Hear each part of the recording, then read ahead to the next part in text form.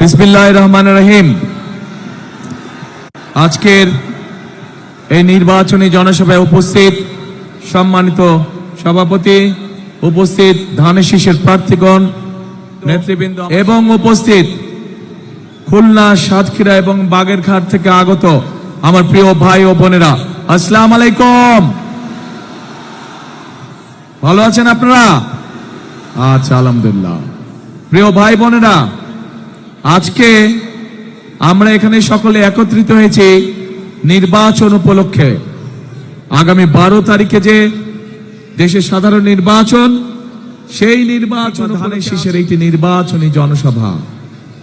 প্রিয় ভাই বোনেরা, আমরা বাংলাদেশ জাতীয়তাবাদী দল বিএনপি আমরা বিশ্বাস করি কথাল ফুলঝুরি নয়, বরং দেশকে আমাদেরকে সামনের দিকে নিতে হবে ভবিষ্যতে।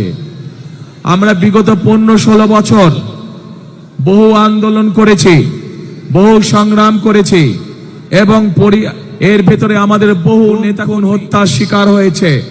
বহু হাজার হাজার লক্ষ লক্ষ নেতাকর্মী, বিএনপি সহ বিভিন্ন রাজনৈতিক দলের নেতাকর্মীরা গায়েবী মামলার অত্যাচার, নির্যাতনের শিকার হয়েছে। তারপরেও বাংলাদেশের মানুষ 2024 সালে জুলাই আগস্ট মাসে দল মত নির্বিশেষে সকলের রাজপথে নেমে এসে বাংলাদেশের স্বৈরাচারকে এই দেশ থেকে বিদায় করেছিল। প্রিয় ভাই বোনেরা, বিগত 16 বছর ধরে বাংলাদেশের মানুষ তার রাজনৈতিক অর্থাৎ ভোটের অধিকার প্রয়োগ করতে পারেনি। বাংলাদেশের মানুষ বিগত 16 বছর ধরে তার মতামতের ভিত্তিতে তার প্রতিনিধি নির্বাচন করতে পারে। সেটি জাতীয় নির্বাচনের ক্ষেত্রে নয়, এমনকি সেটি লোকাল নির্বাচনের ক্ষেত্রেও একই ঘটনা দেখা গিয়েছে। বাংলাদেশের মানুষ গত 16 বছর ধরে স্বৈরাচার সময় তাদের প্রকাশ করতে পারেনি। কেউ যদি কথা বলার চেষ্টা করেছে, আমরা দেখেছি কিভাবে তাকে রাতের আধারে তুলে নেওয়া হয়েছে, গুম করা হয়েছে, খুন করা হয়েছিল। প্রিয় ভাই বোনেরা, আজ সময় এসেছে, আজ বাংলাদেশের মানুষ তার দাবি আদায়ের জন্য আজ অবস্থান গ্রহণ করেছে এবং 12 তারিখে ইনশাআল্লাহ বাংলাদেশের মানুষকে যেই অধিকার থেকে গত 1 যুগেরও বেশি সময় ধরে বঞ্চিত করে রাখা হয়েছিল, সেই অধিকার প্রয়োগ করবে। প্রিয় ভাই বোনেরা, আমরা বিএনপি বাংলাদেশ জাতীয়তাবাদী দল আমরা বিশ্বাস করি যে একটি রাজনৈতিক দল হিসেবে, যেহেতু অতীতেও আমাদের রাষ্ট্র পরিচালনার অভিজ্ঞতা, একইভাবে ইনশাআল্লাহ আগামী দিনে বাংলাদেশের মানুষের সমর্থনে আল্লাহ তাআলার রহমতে আমরা সরকার গঠন করলে ইনশাআল্লাহ আমাদের প্রথম দায়িত্ব হচ্ছে দেশকে পুনর্গঠন করা। কিন্তু প্রিয় ভাই বোনেরা, দেশকে যদি পুনর্গঠন করতে হয় তাহলে দেশের দল মত নির্বিশেষে, শ্রেণী পেশা নির্বিশেষে সকল মানুষকে নিয়ে আমাদের দেশকে পুনর্গঠন করতে হবে। শুধু যে কোনো এক ধরনের মানুষকে নিয়ে দেশ কখনো পুনর্গঠন করা যায় না। হয়তো অন্য কাজ করা যায়, কিন্তু দেশ। প্রিয় ভাই বোনেরা, এই দেশের জনসংখ্যা প্রায় 20 কোটি। এই 20 কোটির মধ্যে অন্তত 10 কোটি জনসংখ্যা হচ্ছে এই দেশের নারী সমাজ, অর্থাৎ জনসংখ্যার অর্ধেক হচ্ছে এই দেশের নারী। এই নারী সমাজকে যদি আমরা পেছনে রেখে যতই পরিকল্পনা গ্রহণ করি না কেন, যতই বড় বড় কথা আমরা বলি না কেন, কোনোভাবেই সম্ভব নয় দেশকে সামনে নিয়ে যাওয়া, কোনোভাবেই সম্ভব নয় দেশকে পুনর্গঠন করা। প্রিয় ভাই বোনেরা, সেজন্যই দেশনেত্রী খালেদা জিয়া যখন দেশ পরিচালনার দায়িত্বে ছিলেন, উনি মেয়েদের শিক্ষা ব্যবস্থা ক্লাস স্কুল থেকে শুরু করে ইন্টারমিডিয়েট পর্যন্ত বিনামূল্যে শিক্ষার ব্যবস্থা করেছিলেন, যাতে করে এই বিশাল জনশক্তি, যাতে করে এই বিশাল জনগোষ্ঠী অর্থাৎ নারী সমাজ শিক্ষার আলোয় আলোকিত হয় এবং তারা যাতে নিজেদের পায়ে দাঁড়াতে পারে। প্রিয় ভাই বোনেরা, নির্বাচন এসেছে, স্বাভাবিকভাবেই বিভিন্ন রাজনৈতিক দল তাদের বিভিন্ন লক্ষ্য উদ্দেশ্য জনগণের সামনে, কিন্তু আমরা দেখছি একটি রাজনৈতিক দল, এই যে বাংলাদেশের অর্ধেক গোষ্ঠী নারী গোষ্ঠী, যে তাদের সম্পর্কে আমরা দেখেছি কিভাবে তাদেরকে ঘরের মধ্যে আটকিয়ে রাখতে চায়, সেই কথা তারা বলেছে। আমরা দেখেছি একটি রাজনৈতিক দলের একজন নেতা পরিষ্কারভাবে বলে দিয়েছে তারা কোনোভাবেই নারীর নেতৃত্বে বিশ্বাস করে না। আমরা দেখেছি একটি রাজনৈতিক দলের নেতা পরিষ্কারভাবে দুদিন আগে বলেছে যে সকল বোনেরা কর্মসংস্থানের উদ্দেশ্যে কর্মসংস্থানের জন্য যান, তাদেরকে, প্রিয় ভাই বোনেরা, আপনাদের সামনে আমার বলতে রীতিমতন লজ্জা হচ্ছে, এমন একটি শব্দ সে আমাদের সব মা বোনদের জন্য ব্যবহার করেছে যা এই দেশের জন্য একটি কলঙ্ক স্বরূপ। প্রিয় ভাই বোনেরা, দেশে খেতে খাওয়া মানুষের পরিবারের অধিকাংশ নারী কোনো না কোনো ভাবে সংসারের উপার্জনের জন্য কাজ করে থাকে। এই বাংলাদেশের লক্ষ লক্ষ 50 লক্ষের উপরে নারী আজ যেই গার্মেন্ট শিল্প নিয়ে সকলে গৌরব করে, সেই গার্মেন্ট শিল্পে নারী শ্রমিকরা কাজ করেন। প্রিয় ভাই বোনেরা, সেটি নিম্ন মধ্যবিত্ত হোক, মধ্যবিত্ত হোক, সকল পরিবারের কর্মজীবী পরিবারের প্রায় সকল নারী আজ সংসার পরিচালনার জন্য দ্রব্যমূল্যের যে ঊর্ধ্বগতি, সকল কিছু যে দাম ঊর্ধ্বগতি, স্বামী একা কর্মসংস্থান হয় না, স্ত্রীকেও পাশাপাশি বিভিন্ন ভাবে কাজ করতে হয় এবং তারা এর মাধ্যমে তাদের সংসার জীবন নির্বাহ করে থাকে। কিন্তু আজ আমরা দেখেছি একটি রাজনৈতিক দলের নেতা পরিষ্কারভাবে নারীদেরকে কিভাবে অসম্মানিত করেছে, তাদেরকে খারাপ ভাষা দিয়ে অসম্মানিত করেছে। প্রিয় ভাই বোনেরা, আমাদের নবী করিম সাল্লাল্লাহু আলাইহি সাল্লাম, ওনার যে স্ত্রী ছিলেন বিবি খাদিজাও ছিলেন একজন কর্মমুখী মহিলা। উনি ছিলেন একজন মহিলা ব্যবসায়ী।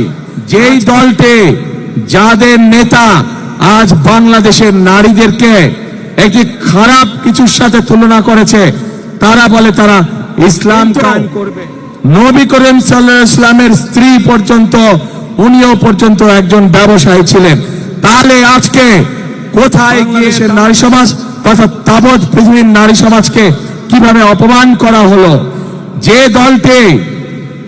দলটি নির্বাচনের আগে দেশের অর্ধেক জনগোষ্ঠীকে ঘরের মধ্যে বন্দী করতে চায়, যে দলটি নির্বাচনের আগে দেশের অর্ধেক জনগোষ্ঠীকে অসম্মানজনক ভাবে কথা বলে, তাহলে আজকে নির্বাচনে যদি তারা কোনোভাবে সুযোগ পায়, নির্বাচন পরবর্তী সময়, তাহলে তাদের আচরণ কি হতে পারে?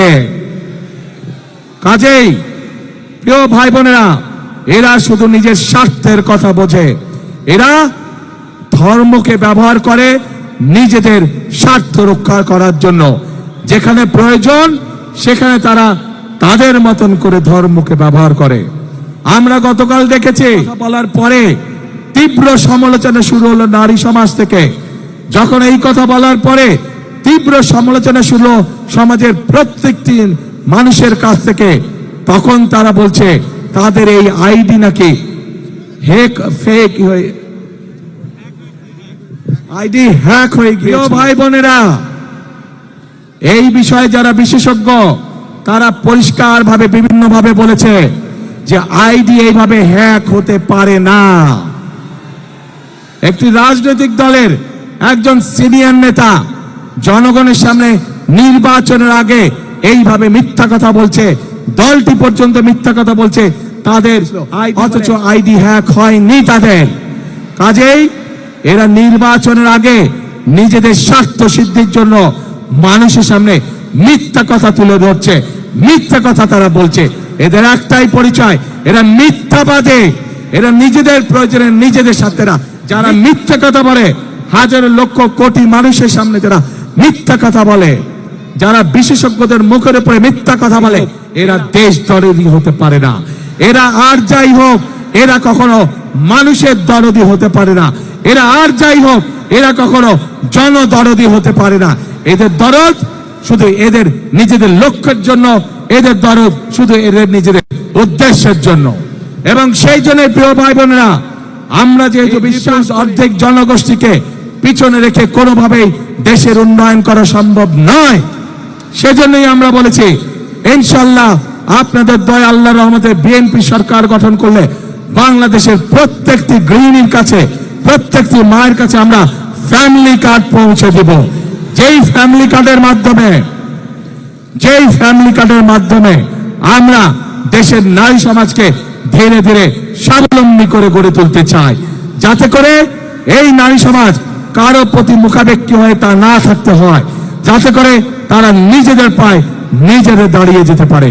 আজকে বাংলাদেশের তাবৎ মা বোনদেরকে বলবো আমি, যারা আপনাদেরকে এভাবে অপমানিত করে তাদেরকে আপনারা কিভাবে জবাব দেবেন, আজ সেই সিদ্ধান্ত নেবার সময় এসেছে। শুধু তাই নয়, চিন্তা করে দেখুন তাদের দলেও কিন্তু নারী কর্মী আছে। আজ তাদের দলের নারী কর্মীতে আমাদের প্রশ্ন, আপনারা তো ঘর থেকে বের হয়ে দলের কাজে যাচ্ছেন, ঘর থেকে বের হয়ে যে নারী কাজে যায় তাকে আপনাদের নেতা কিসের সাথে তুলনা করেছে চিন্তা করে দেখুন।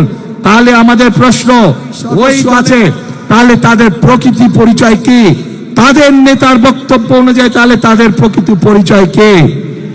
যেই দলের নেতা নিজের দলের নারী কর্মীদেরকে এইভাবে অপদস্থ অপমানিত করতে পারে, সেই দলের নেতা যদি সুযোগ পায় তাহলে বাংলাদেশের সাধারণ নারীদেরকে, সাধারণ মা বোনদেরকে তারা কিভাবে অপদস্থ অপমানিত করবে, যার অবশ্য উদাহরণ আমরা 1971 সালেই দেখেছিলাম। এই দেশের লক্ষ লক্ষ মা বোনদেরকে অসম্মানিত করেছিল এই দলটির পূর্বসূরি নেতৃবৃন্দ।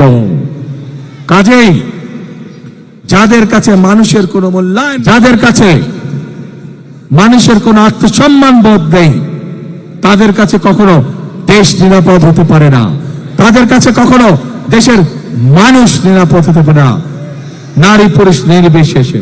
প্রিয় ভাই বোনেরা, আজ এই খুলনা সহ, সাতক্ষীরা সহ, বাগেরহাট সহ আজ বহু সমস্যা আছে। যেমন এই খুলনা ছিল এক সময় শিল্প নগরী, কিন্তু আমরা দেখছি গ্যাস সহ বিভিন্ন কারণে আজ এই শিল্প নগরী প্রায় মৃত নগরীতে পরিণত হয়েছে, শিল্প মৃত নগরী। আমরা চাই ইনশাআল্লাহ বিএনপি আগামী 13 তারিখে সরকার গঠন করলে এই শিল্প নগরীকে আবার জীবিত শিল্প নগরীতে আমরা পরিণত করতে চাই, যাতে করে সেই সব শিল্পের মধ্যে শুধু পুরুষরাই নয়, সেই সব শিল্পের মধ্যে যাতে নারীদেরও কর্মসংস্থান হয়, সেভাবে আমরা এই অঞ্চলের শিল্প নগরীকে গড়ে তুলতে চাই। প্রিয় ভাই বোনেরা, আমরা এইখানকার তরুণ সমাজের সদস্য যারা আছে, যুব সমাজের সদস্য যারা আছে, বিশেষ করে যারা আইটিতে কাজ করেন, তাদের জন্য এখানে গড়ে তুলতে চাই আইটি পার্ক সহ আরো ফ্যাসিলিটি, যার মাধ্যমে তারা তাদের কর্মসংস্থানের ব্যবস্থা করতে পারবে। প্রিয় ভাই বোনেরা, কৃষক এমন একটি পেশা যা সারা বাংলাদেশের গ্রামে গঞ্জে ছড়িয়ে আছে। এই খুলনা সহ, বাগেরহাট সহ, সাতক্ষীরা, এই 3 জেলার মধ্যে আমাদের লক্ষ কোটি কৃষক রয়ে গিয়েছে, কিন্তু এই কৃষক ভাইরা বিভিন্ন রকম সমস্যার মধ্যে রয়েছে। আমরা সেই জন্য কৃষক ভাইদের পাশে, আমরা মা বোনদের হাতে, গৃহিণীদের হাতে যেমন ফ্যামিলি কার্ড পৌঁছে দিতে চাই, ঠিক একইভাবে আমরা কৃষক ভাইদের কাছে কৃষি কার্ড পৌঁছে দিতে চাই।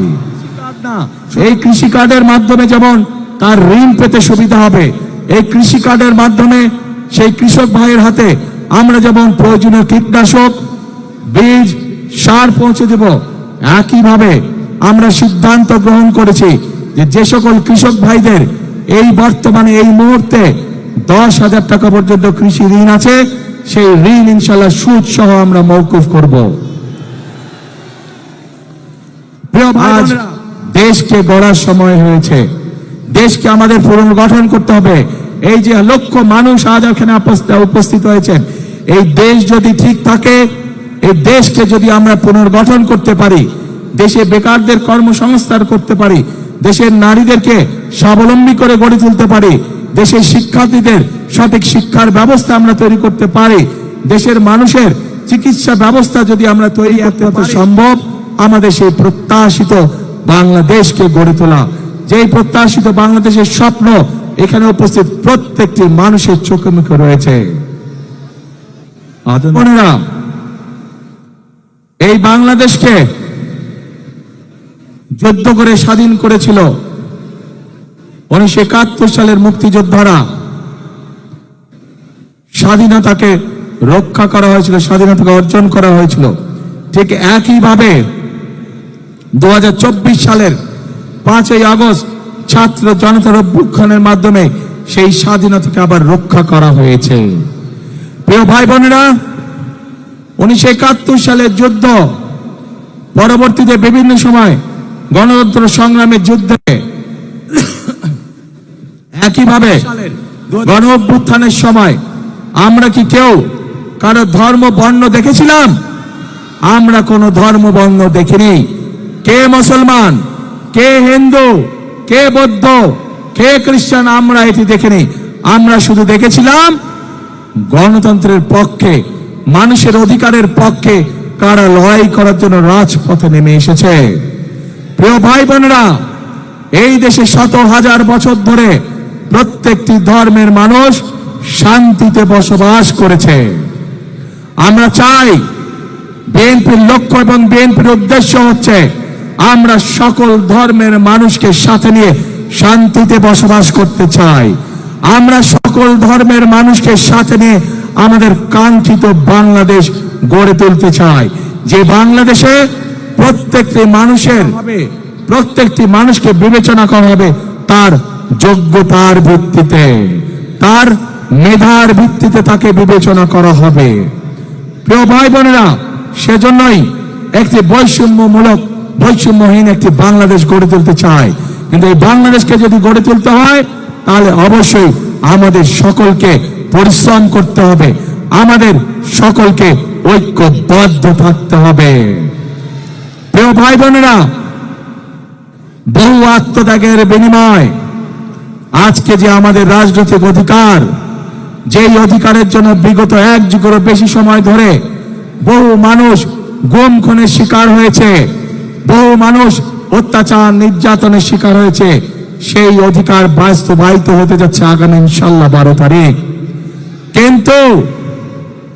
কিন্তু আমরা খেয়াল করছি, একটি মহল বলার চেষ্টা করছে এবার ভোট গণনাতে বলে অনেক সময় লাগবে। শুনেছেন এই কথা আপনারা?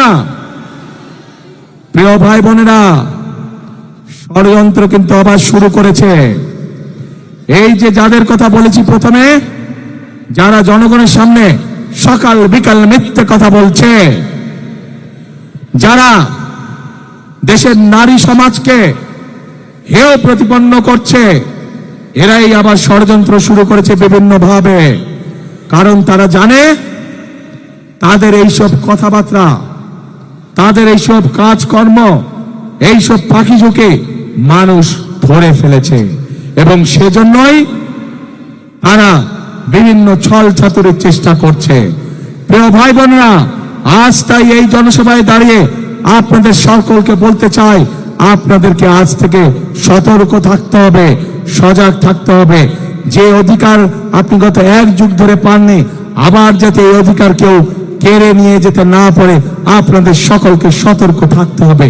দল মত ধর্ম বর্ণ নির্বিশেষে আমাদের সকলকে সতর্ক এবং সজাগ থাকতে হবে। প্রিয় ভাই বোনেরা, আমরা যদি সকলে ঐক্যবদ্ধ থাকি, সকলে যদি আমরা একত্রিত হয়ে থাকি, তাহলে অবশ্যই কাঙ্ক্ষিত বাংলাদেশ গড়ে তুলতে সক্ষম হব। এবং সেই কাঙ্ক্ষিত বাংলাদেশের স্লোগান হবে একটাই। জানেন কি সেই স্লোগান? করব কাজ, কি ভাই? করব কাজ, গর্ব দেশ, সবার আগে বাংলাদেশ। করব কাজ, সবার আগে ইনশাআল্লাহ। প্রিয় ভাই বোনেরা, আসুন আজ এই জনসভায় আমরা প্রতিজ্ঞাবদ্ধ হই যে আপনাদের সামনে অভিজ্ঞতা রয়ে গিয়েছে এবং বর্তমান মুহূর্তে দল আছে তাদের মধ্যে একমাত্র বিএনপির অভিজ্ঞতা আছে দেশ পরিচালনা করার, এবং যেহেতু বিএনপির অভিজ্ঞতা আছে দেশ পরিচালনা করার, একমাত্র বিএনপির পক্ষেই সম্ভব এই বাংলাদেশকে সঠিক পথে পরিচালিত করা। প্রিয় ভাই বোনেরা, দেশকে যদি সঠিক পথে পরিচালিত করতে হয় দুটো বিষয় আমাদেরকে অত্যন্ত সতর্কভাবে সজাগ দৃষ্টি রাখতে হবে। এক, দেশের আইন শৃঙ্খলা রক্ষা করা, যে কোনো পরিস্থিতিতে দেশের আইন শৃঙ্খলা রক্ষা করা, যেন মানুষ শান্তিতে রাজপথে চলতে পারে, যেন মানুষ শান্তিতে পারে, যেন মানুষ শান্তিতে রাতে ঘুম যেতে পারে তার নিজের ঘরে। এই অভিজ্ঞতা বিএনপির আছে, বিএনপি জানে কিভাবে দেশে নিরাপদ পরিস্থিতি তৈরি করতে হয়। প্রিয় ভাই বোনেরা, একই সাথে বিএনপির আরেকটি অভিজ্ঞতা আছে কিভাবে দেশকে দুর্নীতির করাল গ্রাস থেকে বের করে নিয়ে আসতে হয়। অতীতেও যে স্বৈরাচার পালিয়ে গেছে, তারা যখন অতীতে ক্ষমতায় ছিল, তারা যখন দেশকে দুর্নীতিতে সয়লাভ করে দিয়েছিল, পরবর্তীতে যখন দেশনেত্রী খালেদা জিয়া দেশ পরিচালনার দায়িত্ব গ্রহণ করেন, আমরা দেখেছি কিভাবে ধীরে ধীরে বাংলাদেশকে বিএনপি সরকার দুর্নীতির রাহ করাল গ্রাস থেকে বের করে নিয়ে এসেছিল। প্রিয় ভাই বোনেরা, সেজন্যই এই মুহূর্তে দেশকে পুনর্গঠনের জন্য যদি কোনো দল থেকে থাকে সেটি হচ্ছে একটি দল, বাংলাদেশ জাতীয়তাবাদী দল। সেই দল হচ্ছে, সেই প্রতীক হচ্ছে একটি প্রতীক, কিসের? ধানের শীষ। কাজে আসুন, এই ধানের শীষের, এই বিএনপির প্রতিষ্ঠাতা শহীদ রাষ্ট্রপতি জিয়াউর রহমান মুক্তিযুদ্ধের ডাক দিয়েছিলেন। এই রাষ্ট্রপতি জিয়াউর রহমান, শহীদ রাষ্ট্রপতি জিয়াউর রহমান এই দেশে বহুদলীয় গণতন্ত্রের চালু করেছিলেন। এই বিএনপির নেত্রী দেশনেত্রী খালেদা জিয়া এই দেশে সংসদীয় গণতন্ত্র চালু করেছিলেন। কাজেই সব কাজ থেকে প্রমাণিত হয় বিএনপি কাজ করে শুধুমাত্র জনগণের জন্য, বিএনপি কাজ করে শুধুমাত্র দেশকে পুনর্গঠনের জন্য। কাজে আসুন, আগামী 12 তারিখে আমরা ধানের শীষকে জয়যুক্ত করে দেশ পুনর্গঠনের কাজে আবার হাত দেই। আপনারা ক্যান্ডিডেটরা দাঁড়ান তো, শুধু ক্যান্ডিডেটরা দাঁড়ান, প্রার্থীরা শুধু আসুন আমার পাশে, দাঁড়ান দুই পাশে।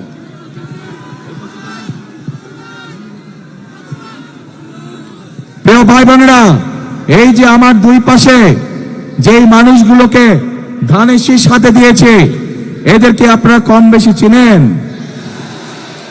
এই মানুষগুলোকে 12 তারিখ পর্যন্ত দেখে রাখার দায়িত্ব আপনাদের। ইনশাআল্লাহ 13 তারিখে ধানের শীষের সরকার গঠিত হলে 13 তারিখ থেকে এই মানুষগুলো আপনার এলাকার উন্নয়ন, আপনার অসুবিধা সবকিছু দায় দায়িত্ব তাদের, আপনাদের হাতে। তাহলে আমি এই মানুষগুলোকে ছেড়ে দিয়ে দিলাম ইনশাআল্লাহ। আসুন আমাদের তাহলে বসেন, আমাদের তাহলে আজকে প্রতিজ্ঞা হোক, আমরা যে কোনো মূল্যে ধানের শীষকে বিজয় করব এবং ধানের শীষকে বিজয় করার মাধ্যমে আমরা দেশ পুনর্গঠনের কাজে হাত দিব। আছেন নাকি আমার সাথে? দেশ গঠনে কারা আছেন আমার সাথে? আলহামদুলিল্লাহ, আলহামদুলিল্লাহ। প্রিয় ভাই বোনেরা, আজ তাহলে এখানেই থাকলো। ইনশাআল্লাহ নির্বাচনের পরে আবার আপনাদের সাথে মোলাকাত হবে। যেদিন আমরা এই এলাকায় ফ্যামিলি কার্ড দেওয়া শুরু করব, কৃষক কার্ড দেওয়া শুরু করব, যেদিন আমরা এই শিল্পনগরীকে মৃত শিল্পনগরী থেকে জীবিত শিল্পনগরী কাজ শুরু করব, ইনশাআল্লাহ সেদিন আবারও এই মাঠে ইনশাআল্লাহ আপনাদের সাথে দেখা হবে। আসুন, কাজ একটাই, কথা একটাই, করব কাজ, গর্ব দেশ, সবার আগে বাংলাদেশ। আল্লাহ হাফেজ। বাংলাদেশ জিন্দাবাদ, বাংলাদেশ জাতীয়তাবাদী দল জিন্দাবাদ। আসসালামু আলাইকুম।